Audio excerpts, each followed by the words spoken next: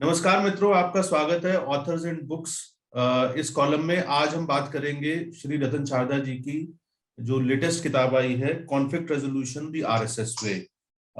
रतन शारदा जी और यशवंत पाठक उनके साथ को ऑथर हैं। ये पुस्तक है, आप देख सकते हैं, गरुड़ प्रकाशन ने इसे प्रकाशित किया है। और राजीव तुली जी भी हमारे साथ हैं आज, और रतन शारदा जी बतौर लेखक तो हमारे साथ हैं ही। मैं शॉर्ट में परिचय राजीव तुली जी का पहले करवा देता हूँ। राजीव जी इंडिपेंडेंट कॉलमिस्ट हैं और प्रमुख समाचार पत्रों, डिजिटल प्लेटफॉर्म्स पर लगातार राष्ट्रीय विषयों पर दोनों भाषाओं में, हिंदी और अंग्रेजी में लिखते हैं। रतन शारदा जी का परिचय जो है वो मुझे नहीं लगता कि हमें देने की जरूरत है। लंबे समय से संघ पर लेखन उनका चल रहा है। He has done a number of books on RSS, regular columnist भी हैं, अपना एक यूट्यूब चैनल भी वो चलाते हैं, और सार्वजनिक कार्यक्रमों में भी संघ से संबंधित तो राष्ट्रीय जो मुद्दे हैं उनसे संबंधित विषयों पर लगातार उनके विचार सुनने को मिलते हैं, पढ़ने को मिलते हैं इन सभी मंचों से। तो ये जो किताब है, मैं इसके बारे में, कॉन्फ्लिक्ट रेजोल्यूशन द आरएसएस वे, यानी ब्रॉडली इसके अंदर जो देश भर के अंदर आप कह सकते हैं कि लगभग आजादी के बाद से, या जब से संघ की स्थापना हुई 1925 में, राष्ट्रीय स्वयंसेवक संघ यानी आरएसएस की, उसके बाद से देश में जहां जहां पर भी कॉन्फ्लिक्ट्स हुए, यानी कि टकराव था और कोई इस प्रकार की एक लंबा जो है, जैसे पंजाब में, जम्मू कश्मीर में, नॉर्थ ईस्टर्न रीजन में, तो इन सभी जगह पर हमने जो है वो कॉन्फ्लिक्ट्स देखे जो लंबे समय तक चले और कुछ जगह पर अभी भी चल रहे हैं। तो संघ की उसमें, राष्ट्रीय स्वयंसेवक संघ की उसमें जो है वो क्या भूमिका रही उन्हें रिजॉल्व करने में। कॉन्फ्लिक्ट रेजोल्यूशन द आरएसएस में, क्या आरएसएस की कोई एक पर्टिकुलर फिलॉसफी है जिसके हिसाब से जो है संघ काम करता है तो कॉन्फ्लिक्ट रिजॉल्व हो जाते हैं? क्योंकि संघ के जो क्रिटिक हैं उनका तो ये कहना है कि संघ बेसिकली कॉन्फ्लिक्ट का कारण है और संघ की फिलॉसफी कॉन्फ्लिक्ट का कारण है। तो मैं रतन जी आपके ओपनिंग रिमार्क्स चाहूंगा कि ये थोड़ा लीक से हट के है टॉपिक। किताब बड़ी एग्जॉस्टिव आपने की है। इनफैक्ट मैं इसे कहूंगा कि it's a contemporary political history of India, पिछले खासकर जो है 70-75 सालों में। तो आपको ओपनिंग रिमार्क्स में खासकर ये आपसे जानना चाहूंगा कि Jammu Kashmir, north eastern region और पंजाब, इन सभी में आरएसएस की भूमिका कॉन्फ्लिक्ट्स के दौरान आपने जो है उसकी चर्चा की है। Have you found a common thread in the RSS role in resolution of these conflicts? इन कॉन्फ्लिक्ट्स को रिजॉल्व करने में क्या कोई एक कॉमन थ्रेड है जो आपको नजर आता है आरएसएस की फिलॉसफी का? अरुण जी, बहुत बहुत धन्यवाद। और राजीव जी ने साथ में जुड़े हैं, इसलिए उनका भी बहुत बहुत धन्यवाद। राजीव जी के तो इतनी मशहूरी है कि आर्टिकल मैंने लिखा, इनके नाम पे छपा पहले। देखो वो पंजाबी, क्योंकि आप भी पंजाबी हो, अरुण जी भी पंजाबी समझते हैं, वो मालका था, मशहूरी कंपनी थी। तो आपका नाम मतलब मालिक आप थे, माल के ठप्पा हमारे नाम का लग गया। खैर, आप बहुत अच्छा विषय, अच्छा था, राजीव जी ने आग्रह किया तो विषय पे लिखा मैंने। अब पुस्तक पे आते हैं तो वास्तव में पुस्तक का एक, अगर पहली बार आप देखेंगे कि संघ को हिंदुत्व और हिंदू राष्ट्र, ये दो विषयों के अलावा और ये कम्युनलिस्ट के अलावा कभी भी किसी भी तरीके से परिभाषित नहीं किया गया। संघ ने आजादी के बाद से लेकर 1952 से, जब से अखिल भारतीय प्रतिनिधि सभा होने लगी, तब से हर विषय के बारे में बोला है, उस पर काम किया है। और ये होने के बावजूद उसकी कहीं हुई नहीं, क्योंकि जो रेजोल्यूशन पास होते थे, वास्तव में संघ पहले क्या कहता है केवल रेजोल्यूशन से पता चलता था। प्रेस में जाते नहीं थे, कोई भाषण देते नहीं थे, कोई स्टेटमेंट आती नहीं थी। केवल साल में 2 बार केंद्रीय कार्यकारिणी मंडल और अखिल भारतीय प्रतिनिधि सभा, इसमें जो कहा, ये संघ का अधिकृत मत। दुर्भाग्य से वो मत मीडिया में गए, मीडिया ने कोई पढ़ा नहीं, कभी छापा नहीं, तो लोगों को पता ही नहीं कि ये रेजोल्यूशन पास क्या हुए। अच्छा, अगर कि वो रेजोल्यूशन पास होते तो हम कह सकते थे खाली ये तो कागजी कार्रवाई है, सभी लोग करते हैं। लेकिन रेजोल्यूशन पे काम करने का भी जो जिगरा था संघ का, की जो कहा उस पर काम भी करना, ये सबसे पहले कॉमन लिंक आप देखेंगे कि जो रेजोल्यूशन राष्ट्रीय विषयों पे संघ ने रेजोल्यूशन पास किए, उसके ऊपर कुछ न कुछ कार्रवाई भी की। और राष्ट्र केवल 1-2 विचारों से नहीं, तो राष्ट्र के अलग अलग विषय हैं, वो आर्थिक हो सकते हैं, धार्मिक हो सकते हैं, पंथिक हो सकते हैं, मजदूर क्षेत्र के हो सकते हैं, इकोनॉमिक्स हो सकते हैं, सबके ऊपर संघ ने कुछ न कुछ कहा और उस पर विचार हुआ। इसके ऊपर कंप्रिहेंसिव स्टडी आज तक किसी ने की नहीं। तो रेजोल्यूशन जब मैंने पढ़ने शुरू किए, उसको मैंने क्लासिफाई किया, आप बुक में देखेंगे, और उसके अंदर फिर कौन सा विषय लिया जा सकता है। यशवंत पाठक जी ने पीएचडी के लिए मुझे विषय दिया था, तो इतने विषय में कौन सा विषय हो सकता है, तो ध्यान में आया कि 3 बॉर्डर स्टेट जो देश की एकता के लिए, अखंडता के लिए बहुत एक आवश्यक शर्त है। जम्मू कश्मीर देखिए, पंजाब देखिए, नॉर्थ ईस्ट देखिए, और तीनों में पार्टीशन के समय भयंकर त्रासदियां हुई। जम्मू कश्मीर में बहुत एक पूरा तबका था जो उसका विरोध कर रहा था। नॉर्थ ईस्ट के अंदर आज़ादी से 100 साल पहले मिशनरी पहुंचे हुए थे, इनर लाइन परमिट के द्वारा भारत के लोग न जा पाए, उनका कब्जा रहे, उनकी कोशिश थी। और उस समय में काफ़ी जगह उन्होंने अपना प्रचार प्रसार करके कन्वर्जन कर लिए थे। पंजाब के अंदर पार्टीशन के समय इतनी त्रासदी हुई थी, इतने हजारों लोग, लाखों लोग मरे। संघ के स्वयंसेवक और अकाली दल के कार्यकर्ताओं ने मिलकर जो काम किया, उसके कारण लाखों लोग बचे। लेकिन उसके बाद भी पंजाब के हालात ऐसे बने कि नॉर्मल सी आते अब आ सकती थी, लेकिन कांग्रेस के बहुत ही पेटी पॉलिटिक्स के कारण आ नहीं पाई। आज ये फिर मुद्दा बहुत आवश्यक है। ऐसा कुछ दुर्भाग्य से हो रहा है कि जो उस समय हो रहा था उसके कुछ लगता है कभी कभी पुनर्शुरुआत तो नहीं हो रही। तो इसके कारण उसके अंदर संघ ने किस प्रकार उस विषय को, राष्ट्रीय विषय को माना और धर्म और पंथ से ऊपर उठ के उस पर विषय विचार किया, स्वयं को उसमें लगाया, उसके ऊपर कार्रवाई की, इसके बारे में कि इसके अंदर सारा विस्तृत जानकारी है। और किताब में केवल रेजोल्यूशन नहीं, तो जिस समय में रेजोल्यूशन पास समय main stream, so called main stream media और मेन स्ट्रीम नेता और पार्टियां क्या कह रही थी, उनके क्या विचार थे, इसका बहुत विस्तृत रेफरेंसेस है कि कोई ट्रिब्यून में क्या आया, इंडिया टुडे में क्या आया, एक फलाने संपादक ने क्या कहा, कुछ एक पर्टिकुलर पार्टी के नेता ने क्या कहा, कांग्रेस का क्या मत था, अब्दुल्ला परिवार क्या कर रहा था नॉर्थ ईस्ट के अंदर, वहां के लोग क्या कर रहे थे, टेरर कैसे काम कर रहा था। इस प्रकार से बहुत, अगर संघ ने भी कोई काम किया था, वो कोशिश ये है कि उसके रेफरेंस बाहर से मिले। तो इस प्रकार से प्रमाणित ये सारे रेफरेंस हैं। कॉमन थ्रेड ये है कि संघ ने राष्ट्र की एकता, अखंडता को हर विषय से ऊपर रखा।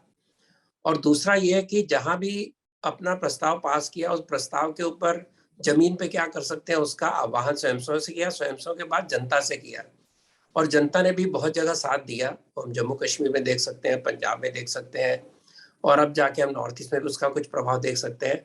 और तीसरा जो कॉमन नहीं लेकिन कॉमन थिंकिंग है संघ की, जो एक इंटेलिजेंस है समाज के बारे में, एक समस्याओं के बारे में, जैसी वहां पर समस्या है और जैसी संघ की शक्ति है, उस हिसाब से उसके सॉल्यूशन पर काम करने का प्रयत्न किया।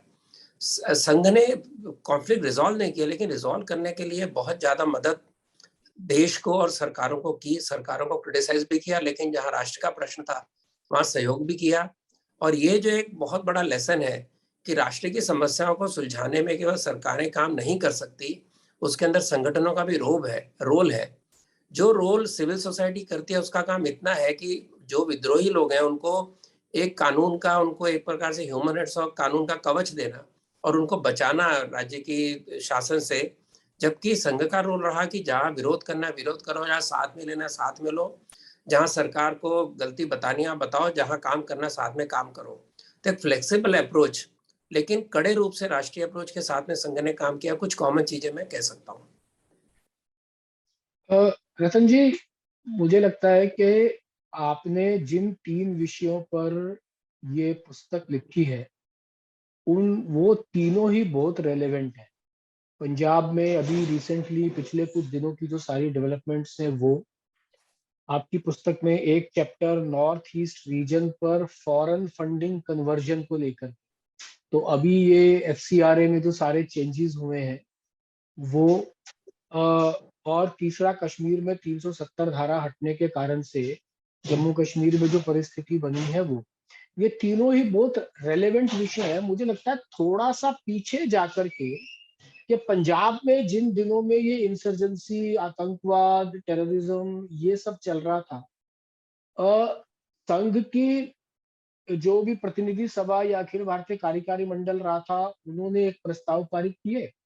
वो प्रस्ताव पारित होकर के जनता में गए, समाज में गए, तो एक्चुअल जमीन पर पंजाब में संघ के कार्यकर्ताओं ने क्या भुगता, मुझे लगता है कि उसको भी थोड़ा सा, यदि अभी आप थोड़ा लोगों की मेमोरी थोड़ी रिफ्रेश हो जाएगी, और उसमें क्योंकि आपने बहुत डिटेल्ड वहां जाकर के रिसर्च की है, ग्राउंड पे जाकर भी लोगों से बहुत इंटरेक्ट किया है, जो लोग संघ में उस समय एक्टिव थे उन्होंने, तो उसके विषय में थोड़ा सा बताएंगे, थोड़ी मेमोरी रिफ्रेश होगी, तो उसके बाद से ये कंटिन्यूटी हम थोड़ी सी और क्विकली बना पाएंगे, मुझे लगता है हमारे दर्शक और मैंने भी 3 दिन पहले एक आर्टिकल लिखा था, जो मोदी जी वाली घटना हुई, उसके अंदर मैंने याद करवाया था कांग्रेस और अकाली दल को किस प्रकार उस समय छोटी एक राजनीतिक सोच के कारण वहां के वातावरण को बिगाड़ा गया, वहां पर इस प्रकार के संघर्ष का वातावरण खड़ा हुआ, जब वहां के लोगों को लगा, सिख समुदाय को लगा कि हमारी कोई सुनता नहीं। उसको मैंने रिफ्रेश किया था। मेरी ये पुस्तक, आपने पंजाब का नाम पहले लिया, एक कोइंसिडेंस है कि पुस्तक मैंने समर्पित की है एक संघ के कार्यकर्ता जय कृष्ण जी को। जय कृष्ण जी, सुखदेव जी नाम के स्वयंसेवक ने मुझे जालंधर से मिलाने ले गए। ऊना में रहते थे उस समय वो, और कमर के नीचे उनका शरीर काम नहीं कर रहा था, एक एक्सीडेंट हुआ था, उसके बाद उनका ये ऐसा दुर्भाग्य था। लेकिन बहुत ही उत्साह के साथ वो मिले और 3-4 घंटे बातें की उन्होंने, और उनके पास बहुत सारे थे, अमूल्य निधि में मैं कह सकता हूँ कि डॉक्यूमेंटेशन संभालना हमारे यहाँ एक संघ के अंदर बहुत अच्छी पद्धति थी नहीं अब तक, अब कोशिश कर रहे हैं कि सुधरे, उस समय तो था ही नहीं। उनके पास सब कुछ था और उन्होंने सारा कुछ बताया किस प्रकार से काम किया। अब उसके अंदर रेजोल्यूशन पास करने के बाद क्या होता है, उदाहरण देता हूँ। रेजोल्यूशन पास हुआ एक, वैसे बताऊं कि जितने भी रेजोल्यूशन पास हुए हैं उसके ऊपर जो ट्रबल्ड एरियाज हैं, नॉर्थ ईस्ट, पंजाब और कश्मीर में, जम्मू कश्मीर में सबसे अधिक रेजोल्यूशन इन 3 विषयों पे पास हुए। बाकी किसी भी विषय पे, राम मंदिर से लेकर गौ सेवा तक, इतने रेजोल्यूशन पास नहीं हुए। तो ये जो रेजोल्यूशन पास है, उसके बाद जब ये बैठक हुई है, तो उसके अंदर जयकृष्ण जी ने कहा, रज्जू भैया उस समय सर कार्यवाह थे, कि हमने रेजोल्यूशन तो पास कर दिया, अब इसका होगा क्या, करना क्या आगे, समस्या तो बड़ी प्रगाढ़ है और केवल बात करके तो नहीं चलेगा। उनको कुछ दिनों बाद दिल्ली से एक समाचार, एक निमंत्रण आया कि आप दिल्ली आइए। वो दिल्ली गए, उनको कहा कि भी आपने कहा है, बिल्कुल अच्छा कहा, भी इसको जमीन पे कुछ करना पड़ेगा, क्या करेंगे? तो वहां के समाज को जो तोड़ने की कोशिश है, उसके लिए हम क्या कर सकते हैं? तो उन्होंने कहा हमको मैदान पे उतरना पड़ेगा, सबको समझाना पड़ेगा। तो उन्होंने कहा कौन करेगा, तुम करोगे? उन्होंने कहा ठीक है, मैं करता हूँ। वो रिटायर्ड प्रचारक थे, गृहस्थी थी उनकी, बच्चे थे, और उन्होंने कहा मैं करूंगा। तो उनको पूछा भाऊराव देवरस ने और बाला साहेब देवरस ने कि आप इनका परिणाम जानते हैं? उन्होंने कहा पता है, गोली। यानी उस समय तक वातावरण इतना खराब हो चुका था, ऑपरेशन ब्लू स्टार के बाद की बात है, कि गोली मुझे लग सकती है, मैं उसके लिए तैयार हूँ। इस प्रकार उन्होंने काम शुरू किया, इस मादे के साथ काम शुरू किया, और उनका पहला नारा था 1947 होने नहीं देना और हिंदू सिख में बंटवारा होने नहीं देना। ये नारा उन्होंने दिया और उसमें कई महीने वो लगातार सारे पंजाब के प्रवास पे रहे। हर डिस्ट्रिक्ट के अंदर उन्होंने समिति, पंजाब राष्ट्रीय सुरक्षा समिति के नाम पे समितियां खड़ी की, उसके अंदर हजारों लोगों को जोड़ा। डॉक्टर बलदेव प्रकाश, लक्ष्मीकांता चावला जैसे जो उस समय के दिग्गज थे, उनको जोड़ा, और सबको पता था कि इसका परिणाम क्या हो सकता है। उनको सुरक्षा मांगी, उन्होंने कहा मुझे सुरक्षा नहीं चाहिए, और कई उन्होंने मोर्चे निकाले, उन्होंने कई सभाएं ली, पंजाब से दिल्ली तक वहां पर मोर्चा लेकर गए, जिसमें हजारों लोग शामिल थे, और हिम्मत के साथ उन्होंने उस समय कहा था कि हमें पता है कि शिवलिंग पे बिच्छू बैठे तो कैसे काटना, कैसे उसको मारना, लेकिन हम शिवलिंग का जो है वो अपमान हो नहीं सकता, इसलिए हम आपको कुछ करना है। ऐसा खुली चैलेंज उन्होंने भिंडरावाला को उस समय दी थी। ऐसे दिग्गज जो लड़ने वाले कार्यकर्ता मुझे मिले, और उन्होंने कहा कि मुझे खुशी है कि जो मैंने डॉक्यूमेंट बनाए, जो मैंने बातचीत की, वो आज डॉक्यूमेंट होगी और हिस्ट्री में जाएगी। इस बात की मुझे बहुत एक हर्ष है मेरे मन में। दुर्भाग्य से ये पुस्तक आने के पहले पिछले साल उनका स्वर्गवास हुआ, और हम जानते हैं उस समय शाखाओं के अंदर मोगा का था बहुत मशहूर है, 25 स्वयंसेवक मारे गए थे, लेकिन उसके अलावा डबवाली में, लुधियाना के पास एक जगह पर और भी गोलियां लगी थी। 3 शाखाओं पर डायरेक्ट हमले हुए थे और स्वयंसेवक मारे गए थे, और हमले ऐसे नहीं किया कि चक्कू मारा, मशीन गन्स के साथ। और हिम्मत स्वयंसेवकों की मोगा में जब ये सारा कांड हुआ, अगले दिन वहां पर सैकड़ों की संख्या में उससे बड़ा सांघिक हुआ, और सारे दलों ने, जो फर्क है आज और पहले के समय में, और बड़ा दुख के साथ कहना पड़ता है कि उस समय जब संघ के स्वयंसेवक मरे, कम्युनिस्ट पार्टी से लेकर कांग्रेस पार्टी, अकाली दल, सभी ने उसका घोर विरोध किया, सभी ने कहा कि निंदनीय है, और सभी साथ में खड़े रहे। तो उस समय जो सामाजिक वातावरण था, जहां ये एक जो डिवाइड था, अभी थोड़ा सा पीछे जाऊंगा, डिवाइड की बात मेरी रह गई, संघ की बात पहले मैंने कर दी। तो ये जो डिवाइड का काम कांग्रेस ने बहुत पहले शुरू कर दिया था, जब ये भाषा का संघर्ष चल रहा था कि पंजाबी भाषा को रिकॉग्निशन मिले, उस समय आर्य समाज ने शुरू किया था कि वहाँ के जो मोने हैं, जो नॉन सिख हैं, अपनी भाषा हिंदी लिखें। इस पे गुरुजी बहुत नाराज हुए। उन्होंने पंजाब में कार्यकर्ताओं को बहुत बुरी तरह झाड़ा। उन्होंने कहा कि ये कैसे तुम सोच सकते हो, और उन्होंने बयान दिया कि हम सभी हैं पंजाबी, सभी की भाषा मातृभाषा है, सारी भाषाएं राष्ट्रभाषा है, और हमको अपनी मातृभाषा ही लिखनी चाहिए जो कि पंजाबी है, और इसको कभी भी पंथ से जोड़ने का मतलब नहीं है, ऐसा उन्होंने कड़क कहा। जनसंघ के नेता जो उस समय आर्य समाजियों के काफी नजदीक थे, उनको भी समझाया, और वहां पर इस प्रकार से सेंसस में अपनी भाषा हिंदी लिखने का विरोध उन्होंने किया। स्वयंसेवक को बात समझे और उस प्रकार से वो काम हुआ। दूसरी बात, 1953 में स्टेट रिऑर्गेनाइजेशन शुरू हो गया था, लेकिन पंजाब का रिऑर्गेनाइजेशन करते करते 1966 हो गए। तो पंजाबी सूबा का आंदोलन, उसके अंदर हुई हिंसा और उसके कारण जो कटुता थी, उसके लिए बहुत बड़े हद तक जो हमारी कांग्रेस थी वो सोच रही थी कि पंजाबी सूबा बना तो हमारी ताकत कम हो जाएगी, हम जीत नहीं पाएंगे। अभी वो जब 1966 में किया, उसके बाद भी कैसे, जैसे हम कहते हैं ना कि एक कहावत है पंजाबी में, बकरी देती है दूध तो भी मिंगने डाल देती है, ऐसी पंजाबी में कहावत है। तो उसमें भी फाजिलका, अबोहर और चंडीगढ़ के झगड़े छोड़कर उन्होंने डिवीजन किया, जिसके कारण कटुता का माहौल बढ़ता गया। फिर अकाली दल सरकारें बनी, उनको लगातार इंदिरा गांधी गिराती रही।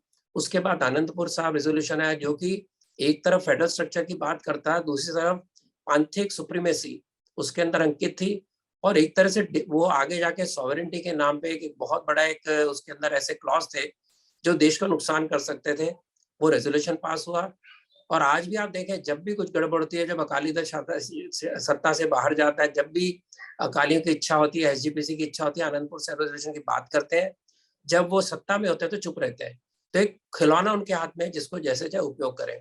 उस कटुता के बाद हम जानते हैं कि भिंडरावाला को खड़ा किया कांग्रेस ने, उसका बहुत बड़ा दंड देश को भुगतना पड़ा, खुद इंदिरा जी को भुगतना पड़ा, और ये सारे जो कांड हुए, इस प्रकार से कटुता जो बढ़ी, एक शॉर्ट टर्म एक अप्रोच था। संत फतेह सिंह ने कहा, अपना लौंगोवाल ने कहा था कि जो भिंडरावाले हैं वो तो हमारे डंडा है जिससे हम कांग्रेस को नचाएंगे। लेकिन आपको पता है, जिसको अंग्रेजी में कहते हैं, ride a tiger you can mount a tiger, you can not dismount a tiger without getting eaten up. उसी प्रकार का ऐसा भयंकर प्रकार हुआ कि हजारों मरे, जिसमें 60% सरदार थे। जो हुआ सारा किताब में विस्तृत से लिखा, जो राजनीतिक एंगल है उसका ये है कि उसके कारण अकाली दल के लोग भी मरे, कांग्रेस के दल के लोग मरे, संघ के लोग मरे, आम समाज मरा। बहुत एक दहशत और बहुत बड़ा एक ऐसा वातावरण जिससे बाहर आना मुश्किल था। उस वातावरण से हम बाहर आए, और इतना सब होने के बाद इतने नेताओं को की जो मृत्यु हुई, उसके अंदर मनीष तिवारी के पिताजी थे, माकन के पिताजी थे, खुद इंदिरा जी थी, बेअंत सिंह थे। ये सारा होने के बाद भी उसी प्रकार का अप्रोच, शॉर्ट टर्म अप्रोच आज हम देखते रहे। इसका एक बहुत बड़ा दुख और एक खतरा मुझे लगता है कि शॉर्ट टर्म पॉलिटिकल गेन के लिए जिस प्रकार ये हो रहा है, और इतना ही नहीं तो एसजीपीसी और अकाली दल, ये इतना जबरदस्त मिक्सचर है कि आप अकाली दल से एसजीपीसी में पावर लेते हैं, एसजीपी से पावर लेके अकाली दल में पावर करते हैं, इंटरचेंजेबल है, जो कि एक worst kind of mix of religion politics है। एसजीपीसी होनी चाहिए, लेकिन वो नॉन पॉलिटिकल होनी चाहिए, तभी सिख समाज का कुछ होगा। ऐसे बहुत सारे फैक्टर हैं जिसके कारण आज भी हमको खतरा लग रहा है कि शॉर्ट टर्म गेन के लिए आज भी हम देश की एकता से और समाज की एकता से खिलवाड़ कर रहे हैं। राजीव जी, मैं आपसे जो है वो जानना चाहूंगा कि जो संघ की प्रेजेंस पंजाब में जो है वो, जैसा कि रतन शारदा जी ने बताया कि संघ की इतनी बड़ी भूमिका रही है, लेकिन और इतना सेक्रीफाइस भी किया, लेकिन हम देखते हैं कि ऑन पेपर जो है वो बहुत ज्यादा हमें मतलब ऑप्टिक्स में हमें विजिबिलिटी संघ की बहुत ज्यादा वहां पे नहीं दिखाई देती है। तो क्या कारण है इसका? जहाँ रतन शारदा जी ने छोड़ा, मैं वहां से शुरू करता हूँ। देखिए, सिक्खी में मीरी और पीरी दोनों की बात की, तो अब वो मीरी और पीरी जो थी वो एसजीपीसी और अकाली दल हो। तो वहाँ आप स्वर्ण मंदिर जाएंगे, वहाँ निशान साहब देखेंगे तो वहाँ दो निशान साहब लगे हुए, एक मीरी का बताते हैं, एक पीरी का बताते हैं। तो इसलिए वो तो सिखिज्म में इनहेरिटेड है कि उसमें ये दोनों चीजें साथ साथ चलेंगी। मगर जब से बादलों ने, और अब तो बहुत लंबा समय हो गया, लोगों को ध्यान भी नहीं कि बादलों के अलावा कोई और भी अकाली दल का अध्यक्ष रहा है। कभी मास्टर तारा सिंह रहे होंगे, बाकी सब लोग रहे होंगे, उनके अलावा तो किसी को ध्यान भी नहीं है। तो वो तो जो रतन जी आप कह रहे हो, वो सिक्की में इनहेरिटेड है। तो वो उसको दोनों का एक डेडली सा कॉकटेल और एक मिक्स है। तो जिसको जब उनको फायदा लगता है, जो अकालियों को पोषण कर सकता है, और जब तक अकालियों का एसजीपीसी पे कब्जा रहेगा तब तक ये सब चलता रहेगा। खैर ये अलग बात है। दूसरी बात, अरुण जी जो आपने बात पूछी है ना, ये क्या है कि ये मुझे लगता है कि संघ का जो बेसिक डीएनए है, ये उस डीएनए में ही है कि आपको बिना फ्रंट पे आए हुए, बिना अपनी विजिबिलिटी क्रिएट किए हुए, आप देखिए जो नाम अभी रतन शारदा जी ने लिए हैं, वो नाम मैंने नहीं सुने या बहुत कम सुने। फिर उस दौर में जब वहां पे टेररिज्म या आतंकवाद पीक पे था, उस समय देश के अलग अलग प्रांतों से एक एक संघ का प्रचारक वहां जाकर के काम कर रहा था। उसमें से अभी एक जय कुमार जयदेव जी हैं, जो मूलतः बंगाल के रहने वाले हैं, वहां बहुत लंबा समय रहे। उसके बाद अब जम्मू कश्मीर में वो सेवा भारती का काम देखते हैं। एक विश्वजीत जी थे, ये वो हैं जिनसे मेरा सीधा परिचय हुआ। विश्वजीत जी हैं, अभी राजस्थान के मूल प्रचारक निकले, अभी छत्तीसगढ़ में है, लंबा समय पंजाब में रहे। एक नरसिम्हन जी थे, वो बाद में संन्यास। तो इस प्रकार के ये बहुत सारे देश भर से सिलेक्टेड प्रचारकों को संघ ने एक समय पंजाब में भेजा। उन्होंने गांव गांव जाकर, अभी राम गोपाल जी हैं जो हरियावल पंजाब का काम देखते हैं, मूलतः अयोध्या के रहने वाले हैं, उत्तर प्रदेश से प्रचारक निकले और वहां जाकर के काम कर रहे हैं। तो मतलब वो मेरे को ध्यान है कि उस समय वो पिंड पिंड विच जावांगे, संग दी शाखा लगावांगे, ऐसा करके एक वो उस समय वो एक नारा लगाते थे। तो वो लोग वहां गए, उन्होंने लंबे समय काम किया, लंबे समय काम करके उन्होंने वहां एक बहुत बड़ा रोल प्ले किया पंजाब को। और राष्ट्रीय सिख संगत की जो स्थापना सरदार चरणजीत सिंह जी ने की, तो उसमें भी यही था कि ये हिंदू और सिखों में बंटवारा नहीं होने देना है किसी तरह का भी। तो नींव में रह करके काम किया है। इसलिए जो ऑप्टिक्स में जिसकी आप बात कर रहे हो, रतन जी की एक पुस्तक और है, यदि आप उसको पढ़ोगे तो कैसे अमृतसर और स्वर्ण मंदिर की 1947 में संघ के स्वयंसेवकों ने रक्षा की, उसमें उसका रतन जी ने बहुत विस्तार से वर्णन किया है उस सारी घटना का। तो ऐसे बहुत सारे फुटकर में फिर रतन जी ने एक बात और कही कि डॉक्यूमेंटेशन का अभ्यास नहीं है हमारे यहाँ संघ में। तो डॉक्यूमेंटेशन बहुत मुश्किल है। रतन जी ने ये बहुत बड़ा काम किया है, एक ये वाला भी, और एक ये मेरे पीछे पुस्तक लगी हुई है 360 डिग्री, इसमें भी ये डॉक्यूमेंटेशन का, संघ और स्वराज जो तीसरी पुस्तक है उसमें, इसमें डॉक्यूमेंटेशन का। तो वो डॉक्यूमेंटेशन, उसको गाना, उसके बारे में बोलना, उसके बारे में ढिंढोरा पीटना, ये संघ के डीएनए में ही नहीं है। मेरे को ध्यान है जिस समय सुदर्शन जी सरसंघ चालक थे और बड़े बादल साहब चीफ मिनिस्टर थे, तो लुधियाना में शायद एक बहुत बड़ा संघ का कार्यक्रम हुआ था, और उसमें 6,000 संघ के स्वयंसेवक थे गणवेश में, और बड़ी संख्या में सिख भी थे। तो वहां से बादल साहब ने मंच से बोला था कि भाई ये तो मुझे भी नहीं पता था कि आरएसएस वालों की पंजाब में इतनी बड़ी फौज है। वो आज भी है, वो ऐसा नहीं है कि वो लोग कहीं चले गए हैं, मगर फिर क्योंकि वोकल होना उनका स्वभाव नहीं है, उनका एक हिंदू और सिख दोनों में किसी भी प्रकार का झगड़ा नहीं हो, दोनों एक ही माँ के दो बेटे हैं, एक ही शरीर की दो आंखें हैं, इस भाव से वो काम करते हैं। और वैसे भी देखिए, जो वोकल मेजोरिटी होती है ना, वो साइलेंट मेजोरिटी से हमेशा ज्यादा विजिबल होती है। और ये पिछले कुछ सालों में ये एक पैमाना बना है कि संघ की प्रेजेंस बीजेपी की सफलता से नापी जाए। तो वो पैमाना ठीक नहीं है। आप ग्राउंड पे जाएंगे, जमीन पे जाएंगे, वहां जाकर के देखेंगे, तो वहां बहुत सारे विद्यालय हैं, सर्वहितकारी शिक्षा के नाम से बहुत सारे विद्यालय चलते हैं। विद्या भारती के, सेवा भारती का बहुत अच्छा काम है, सामाजिक समरसता मंच का एक अच्छा ठीक ठाक सा काम है।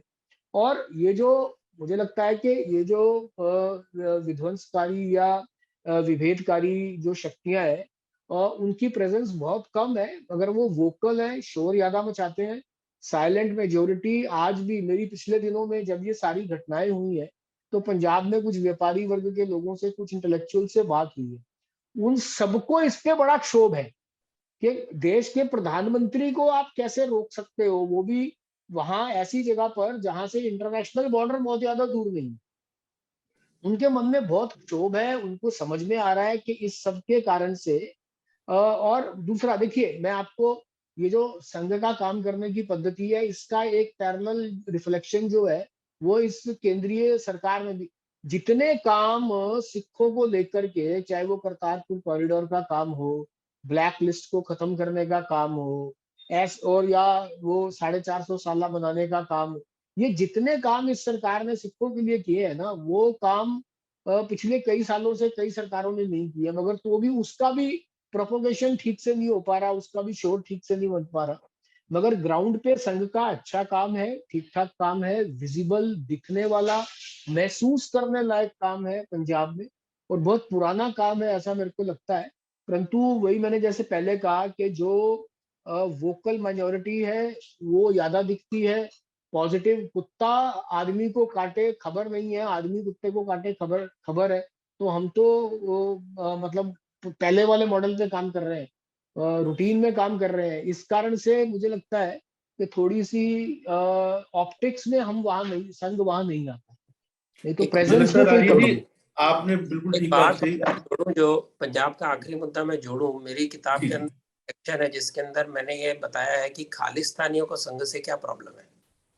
आज भी जो सारा विरोध है वो हिंदुओं के प्रति होने से ज्यादा पंजाब में वो आरएसएस बीजेपी के बारे में है।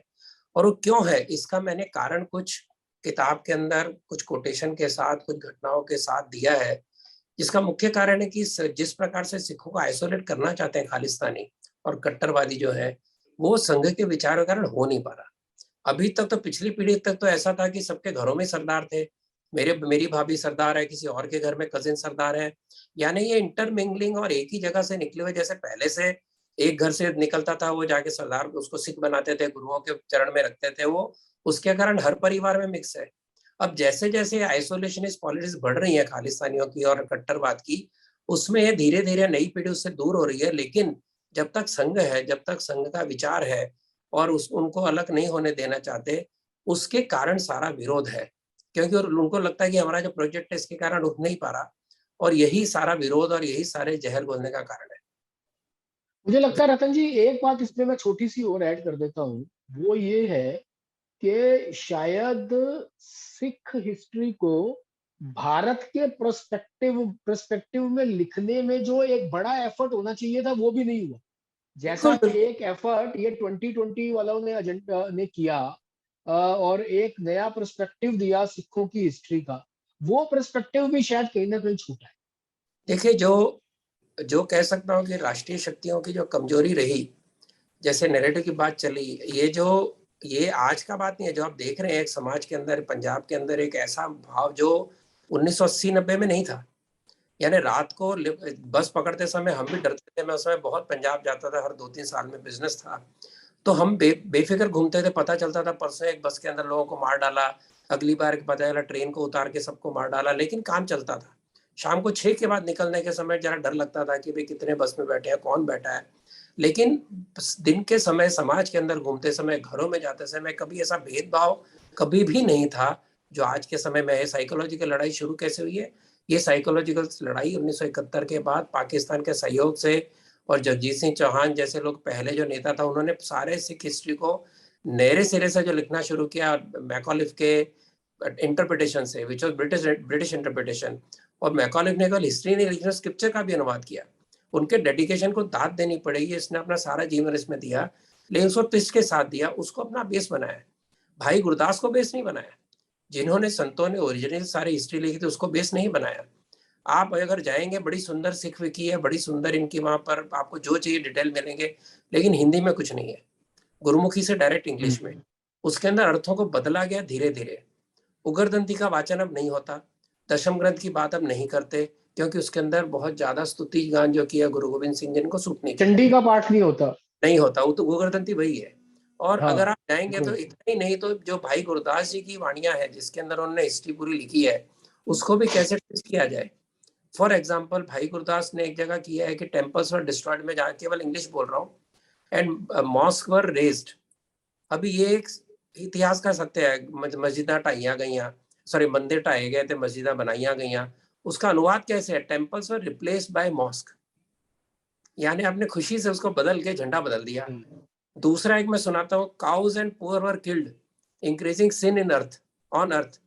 अनुवाद कैसा है, less powerful were killed and rich became replete with sin. अभी ये कैसा अनुवाद, आप उससे अंदाजा लगा सकते हैं। और इतना ही नहीं, तो मेरे यूट्यूब में एक सरदार विद्वान ने कहा, उन्होंने आए थे, उन्होंने बताया कि यार मैं तो रेगुलर गुरुद्वारे नहीं जाता, I don't want to boast कि मैं गुरुद्वारे का रेगुलर विजिटर हूँ, लेकिन गुरु नानक के ऊपर किताब लिखते समय मैंने सारा अध्ययन किया, तो बताते हैं कि आज गुरु ग्रंथ साहब का वाचन 1400 पेज के आगे अधिकतर जगह नहीं होता, जबकि वो उसका नंबर ऑफ पेजेस 1580 ऐसे कुछ है। क्यों नहीं होता, क्योंकि आगे जाके गोविंद हरि राम कृष्ण वगैरह की बड़ी स्तुतियां हैं, शिव की स्तुति है, और ऐसा वरदान देव में शिव, तो हम जानते ही हैं कि मिलिट्री का भी स्लोगन है। इस प्रकार से धीरे धीरे कैसे जितना हो सके उसको डाइल्यूट करना, ये जो प्रयत्न चल रहा है उसका आज आप असर देख रहे हैं। ये कोई अचानक नहीं हुआ। उसके सामने मैंने कहा कि उसका सही हिस्ट्री पकड़ के रखना, सही हिस्ट्री को प्रेजेंट करना, गुरु नानक देव में किताब लिखने का कारण यही था। अभी कोशिश ऐसी है कि जो सिख पंथ है वो मुस्लिम पंथ के पास में, अगर ऐसा होता, गुरु ग्रंथ साहब में कुरान का अगर इतने सारी बोलियां थी, तो कुरान का क्यों कोई आयत नहीं आई, मोहम्मद की बात क्यों नहीं गई, सभी देव देवताओं की बात की गई, उसके अंदर क्राइस्ट की बात क्यों नहीं, बाइबल की बात क्यों नहीं। गुरु नानक देव तो सारी दुनिया में घूमे थे। तो उसके कारण जो बोले किस प्रकार से वेद और गीता के अधिक नजदीक है, किसी कुरान वगैरह के नजदीक नहीं, इसको भी इस किताब में बताया है। अनफॉर्चुनेटली किताब रिलीज ही नहीं हो रही, सरकारी कहाँ मैं आईजीएन से पढ़ी है। ऐसे प्रयत्नों की आवश्यकता है। मेरा तो विषय पे जानकारी नहीं थी, मैंने कहा चलो प्रयत्न करेंगे, फिर बहुत अध्ययन कर करा के किताब लिखी। ऐसे इतिहास लिखने का प्रयत्न भी होना चाहिए, जो हुआ नहीं। तो मैं लगता है कि पंजाब पे इतना बोलना पर्याप्त है, लेकिन परिस्थिति अच्छी नहीं, समाज को जागृत रहना पड़ेगा। 1980-90 में हुए पॉलिटिकल अपॉर्चुनिज्म का एक बू इसमें से आ रही है, जिसकी बहुत बड़ी कॉस्ट देनी पड़ सकती है। रतन जी, मैं एक सवाल आप दोनों से है, और पहले जो है वो राजीव जी से इस पर करते हैं और फिर आपकी पुस्तक के संदर्भ में। राजीव जी, संघ की क्या भूमिका आप देखते हैं नॉर्थ ईस्ट में? नॉर्थ ईस्ट में खासकर अभी हमने देखा दिसंबर अंत में जब एफसीआरए वाला मसला आया, तो कन्वर्जन का मुद्दा जो है वो प्रोमिनेंटली उठा, क्योंकि मिशनरीज ऑफ चैरिटी उसका एफसीआरए जो है वो उन्होंने खुद रिन्यू नहीं कराया था। हालांकि आज जो है वो दोबारा से जो है वो रिन्यू हो गया है। तो अभी हम इसे रिकॉर्ड कर रहे हैं, तो एक दो दिन में जब ये एडिट होकर आएगा, तो आज यानी कि आप 8 जनवरी को मान सकते हैं, मैंने जो खबर पढ़ी कि रिन्यू दोबारा से हो गया है। बहरहाल, नॉर्थ ईस्ट के बारे में मेन स्ट्रीम मीडिया में बहुत कम जो है यहाँ कवरेज होती है। हमारे को उसके विषय में जानकारी भी बहुत कम जो है यहाँ पे जो है वो रहती है। और नॉर्थ ईस्ट में संघ का काम बड़ा फिनोमिनल काम रहा है। नॉर्थ ईस्ट को आप किस तरीके, और अभी भी इट इज स्टिल नॉट, जब तक कि कोई बड़ा जो है वहां पर टेररिस्ट अटैक ना हो जाए या कुछ हो, लेकिन वहां का समाज किस तरीके से क्रिश्चियन कन्वर्जन, जो कन्वर्जन हुए हैं और जो कि धोखे से कन्वर्जन किए गए जो है खासकर, तो उसको आप जो है वो किस तरीके से संघ की क्या आप भूमिका वहां पर देखते हैं नहीं, कि मैं क्या मैं भूमिका इसमें है? केवल और एक बात मैं इसमें जी, केवल एक बात बोलूंगा, और बाकी रतन जी की पुस्तक पे चर्चा है तो रतन जी ज्यादा, और रतन जी ने वहां भी जाकर के डिटेल में इस सब पे अध्ययन किया है। और आप देखिए, अपना सवाल भी जोड़ दीजिए इसमें, अगर आप रतन इस सवाल हाँ को थोड़ा हाँ, डिफाइन मैं करें। तो सिर्फ सीधा सीधा एक सवाल मेरे को, देखिए 100 साल से, 1947 से भी लगभग 100 साल, मतलब 1947 से शायद 50 60 एक साल 70 एक साल पहले अंग्रेजों ने मिशनरीज, क्रिश्चियन मिशनरीज वहाँ अंग्रेजों के साथ जाकर के उन्होंने वहां पे कन्वर्जन शुरू कर दिया था। और करते करते करते शायद आज स्थिति ये है कि कुछ राज्यों में, वो नागालैंड होगा, वो शायद मेघालय होगा, उन राज्यों में शायद 95-98% तक, और शायद एक आध राज्य में 99% तक जो है वो वहाँ की जो मूल जनजातियां थी उनको उन्होंने उनको कन्वर्ट कर दिया। अच्छा, कुछ स्थानों पर इनर लाइन परमिट वाली व्यवस्था नागालैंड में है, जैसे अरुणाचल प्रदेश में है, या बाकी सब स्थानों पर है। मैं केवल एक बात इसमें जोड़ूंगा, इंदिरा गांधी को नेपाल जब अरुणाचल प्रदेश बना तो उस समय एक बड़ा खतरा था कि कहीं ये क्रिश्चियन कन्वर्जन अगर यहाँ पर भी बड़ा कन्वर्जन हो गया तो इसमें चाइना के साथ, क्योंकि बॉर्डर शेयर करते हैं, तो बहुत बड़ी समस्या हो सकती है। तो उस समय उन्होंने वनवासी कल्याण आश्रम को वहां पर बुलाया, और विवेकानंद केंद्र के लोगों को बुलाया, और विवेकानंद केंद्र के लोगों से बात करके वहां विद्यालय प्रारंभ करने की अनुमति दी। आज भी अरुणाचल में कोई क्रिश्चियन मिशनरी का विद्यालय नहीं चल सकता है, तो उन्होंने अरुणाचल के बॉर्डर के साथ साथ वहां विद्यालय खोलने प्रारंभ किए हैं। अरुणाचल के बच्चों को वहां से दूसरे राज्य में लाते हैं, वहां उसे पढ़ाते हैं, लिखाते हैं, उसका धर्म परिवर्तन करते हैं और उसको वापस भेजते हैं। तो आप देखोगे तो पिछले कुछ दिनों में अरुणाचल की डेमोग्राफी बहुत चेंज हुई है। तो ये मतलब इंदिरा गांधी का भी विश्वास था कि अगर वहां अरुणाचल को बचाना है तो वो विवेकानंद केंद्र विद्यालय, तो वीके विद्यालय जो है, मतलब यहाँ दिल्ली में अगर मॉडर्न स्कूल और डीपीएस है तो अरुणाचल प्रदेश में वीके उसके इक्विवेलेंट है। उसका उसमें वहां एडमिशन लेना, वहां पढ़ना, वहां जाना इतना ही गौरव की बात है जैसा दिल्ली में डीपीएस या मथुरा डीपीएस या मॉडर्न स्कूल में पढ़ने का गर्व की विषय बात। और एक बहुत बड़ा कंट्रीब्यूशन है वहां। मैं अभी वनवासी कल्याण आश्रम के किन्हीं एक वरिष्ठ प्रचारक से बात कर रहा था, उन्होंने बताया कि जब हमने नागालैंड में जाना शुरू किया तो पहली बार जब किसी एक गांव में गया तो वहां के जो सब बच्चे थे वो उनको उन्होंने सांस्कृतिक कार्यक्रम में केवल कोरल ही गाया, जो चर्च में कोरल गाए जाते हैं वो कोरल गाए। तो मैंने अपनी बात में उनको बोला कि भाई तुम लोग तो क्रिश्चियनिटी तो सिर्फ 2000 साल पुरानी है, तो तुम्हारा इतिहास तो उससे भी पुराना बता रहे हैं तुम्हारे गायों के जो बड़े हैं, तो उससे पहले क्या थे। बोले कि मैं इतनी बात छोड़ करके बोल के आया, और जब अगली बार गया तो वहां के उन्हीं कुछ बच्चों ने अपना जो ट्रेडिशनल नागा ड्रेस थी उस ट्रेडिशनल नागा ड्रेस में, और प्री क्रिश्चियनिटी जो उनकी उनके रिवाज थे उन रिवाजों को खोज करके उनके रिसर्च करके, तो फिर उनको वो जब रिसर्च करने लगे तो पता लगा कि साल में एक ऐसा बहुत बड़ा त्योहार मनाया जाता था जिसमें जो अलग अलग राज्यों में गए हुए नागास थे वो वापस आते थे, वो वहां आकर के उसमें पार्टिसिपेट करते थे। जैसे आज मतलब समझना हो आसानी से, तो जैसे बिहार में छठ है तो छठ पे वो कहीं भी विदेश में भी गया होगा वापस आने का प्रयास करेगा। यहाँ कोई नॉर्थ में रहता होगा, वैसे बाकी हिंदू होगा वो दीपावली पे या उधर दुर्गा पूजा पे बंगाल में वापस आने का प्रयास करता होगा। तो वो ऐसा प्रयास करते थे। तो अभी तो वो धीरे धीरे अब वो त्योहार वहां पर मनने लगा है, वो प्रारंभ हो गया है।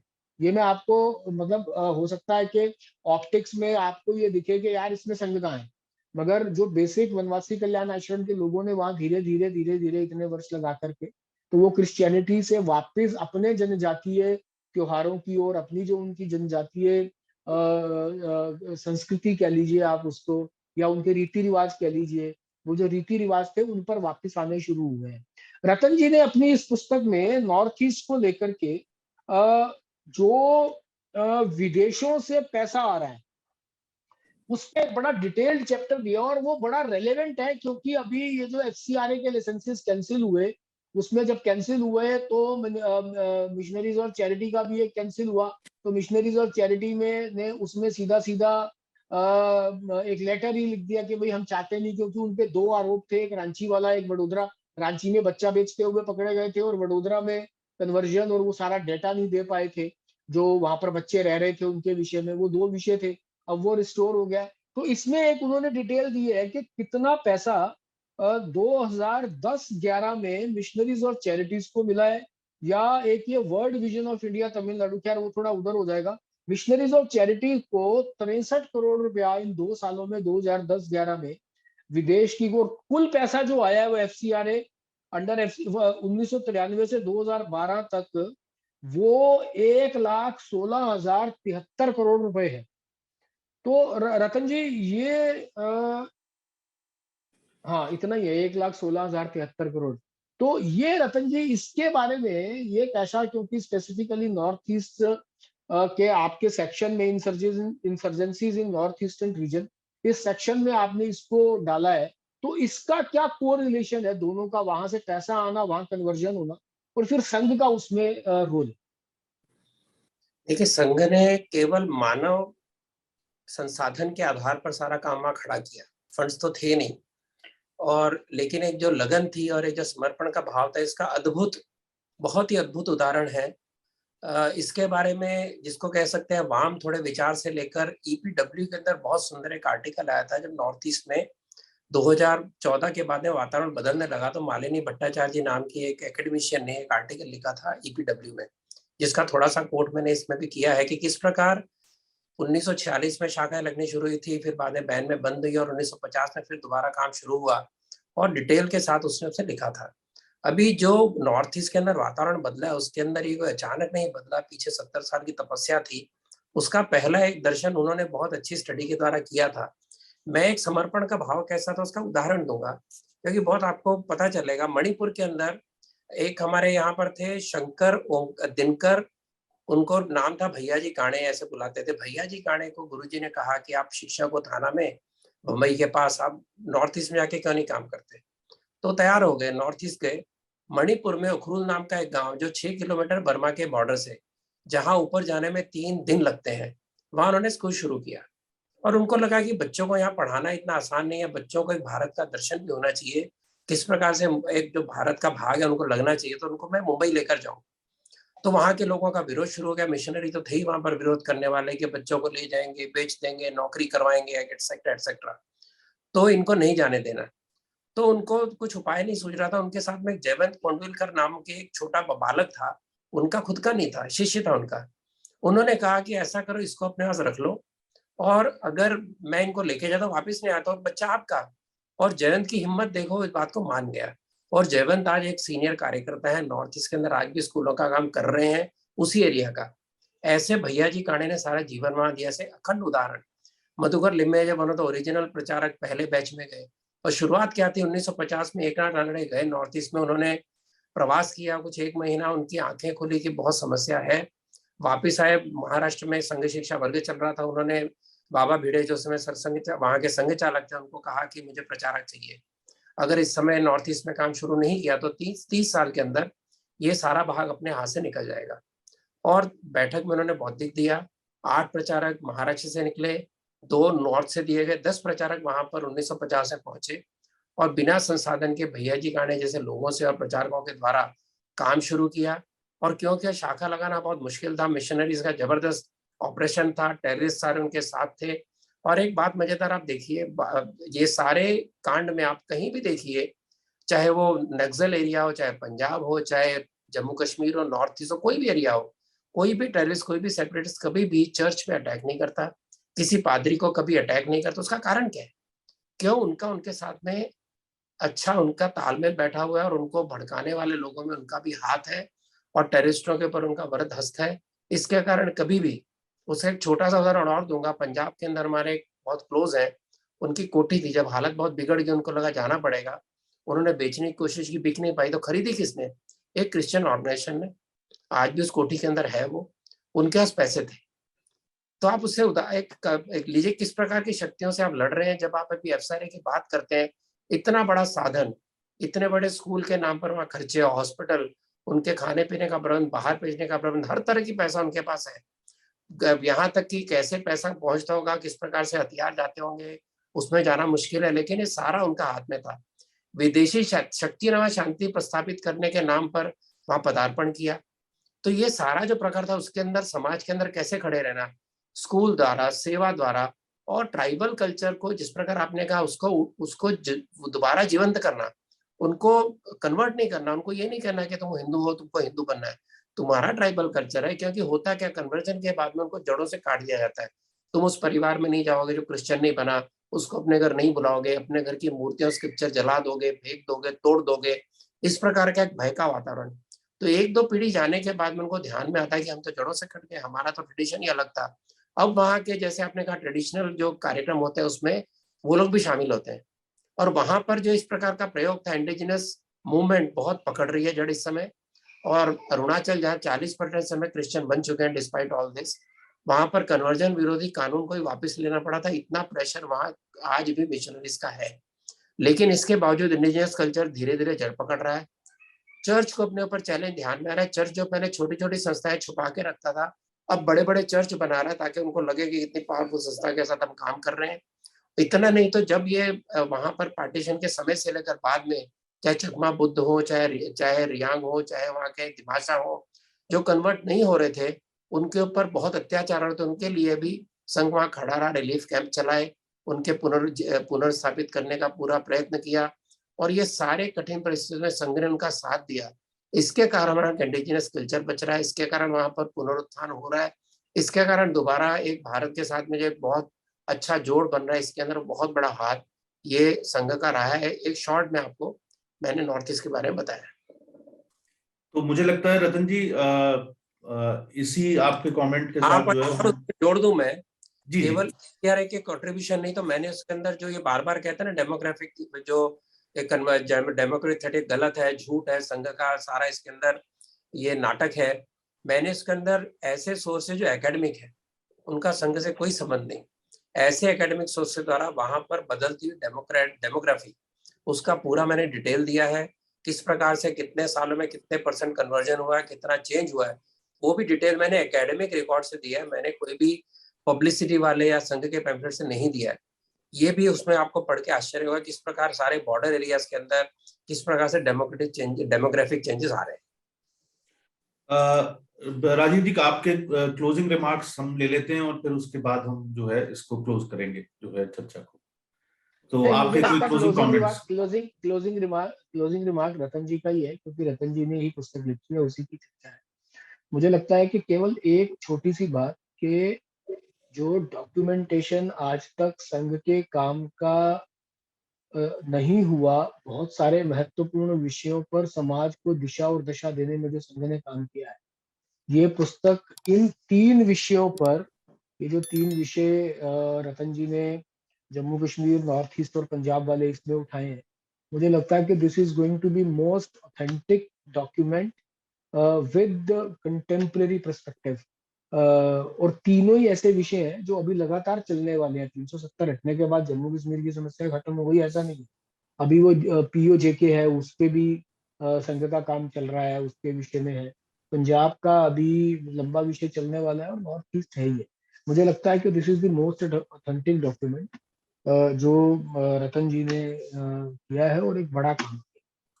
रतन जी, आपको बहुत बहुत बधाई। और मैं एक बार फिर से पाठकों को बता दूं अपने और दर्शकों को भी, कॉन्फ्लिक्ट रेजोल्यूशन द RSS वे ये पुस्तक है और गरुड़ प्रकाशन से है। ये सभी प्रमुख डिजिटल प्लेटफॉर्म्स पर भी उपलब्ध है और इसकी कीमत जो है वो 549 रुपए है। जो भी लोग संघ के विषय में गरुड़ा ने एक मकर संक्रांति के उत्सव के उपलक्ष्य में 30% डिस्काउंट अभी फिलहाल दिया हुआ है। तो मैं ये चाहता हूं कि पुस्तक आप पढ़ें भी और पुस्तक उपहार के रूप में भी जो है वो दें। और रतन जी की अगली पुस्तक का हमें जो है वो बेसब्री से इंतजार रहेगा। और राजीव जी, आपने और रतन जी ने समय निकाला और चर्चा की इस विषय पर, तो हमारी ओर से और दर्शकों की ओर से आपको बहुत बहुत धन्यवाद। मैं क्लोज होने के पहले 2 छोटी बातें बताऊं। एक तो ये कि काशी मथुरा के बारे में सबसे पहले रेजोल्यूशन 1949-59 में संघ ने दिया था, राम मंदिर का रेजोल्यूशन के बहुत बाद आया था। दूसरी बात, संघ के सारे रेजोल्यूशन जब आप क्लासिफाई करते हैं तो आपको आश्चर्य होगा, केवल 2 रेजोल्यूशन अपने सरसंघचालों के बारे में है। यानी सैकड़ों रेजोल्यूशन पास हुए, नंबर्स उसके अंदर है, उसके अंदर इतने सालों में 70 साल के अंदर केवल 2 रेजोल्यूशन अपने नेताओं के बारे में है। एक डॉक्टर हेडगेवार जी की शताब्दी समारोह के बारे में और एक परम पूजनीय गुरु जी के 52वें वर्षगांठ के बारे में। मतलब इतना पर्सनैलिटी से अलग, और जिसको हम कहते हैं व्यक्ति निरपेक्ष काम और किसी नेता के ऊपर न चलते हुए संगठन के विचारों से चलने वाला संगठन, इससे बड़ा सबूत क्या हो सकता है कि आप किसी का स्तुतिगान नहीं करते। जिन्होंने संघों को दिशा प्रारंभ किया, जिन्होंने संघों को दिशा दी, ऐसे सैकड़ों प्रचारक जिन्होंने सारा जीवन गला दिया बिना नाम के, बिना किसी उसके अपने खुद के ऊपर ध्यान दिए बिना, उसका ये इससे आदर्श उदाहरण हो नहीं सकता। और मुझे लगता है कि इसके अंदर अभी बहुत PhDs, बहुत सारे स्टडीज बाकी हैं, क्योंकि मैंने तो केवल 3 डायमेंशन लिए हैं, लेकिन और कई डायमेंशन उसके अंदर है।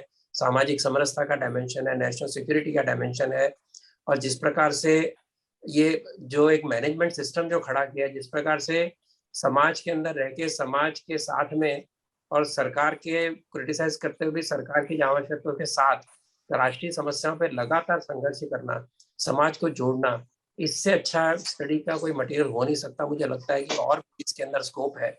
मैं आशा करता हूँ राजेश जी और आप भी एक पीएचडी और करेंगे इसमें। इस शुभेच्छा के साथ मैं आपको बिल्कुल हम लोग जो है, और बहुत बहुत धन्यवाद।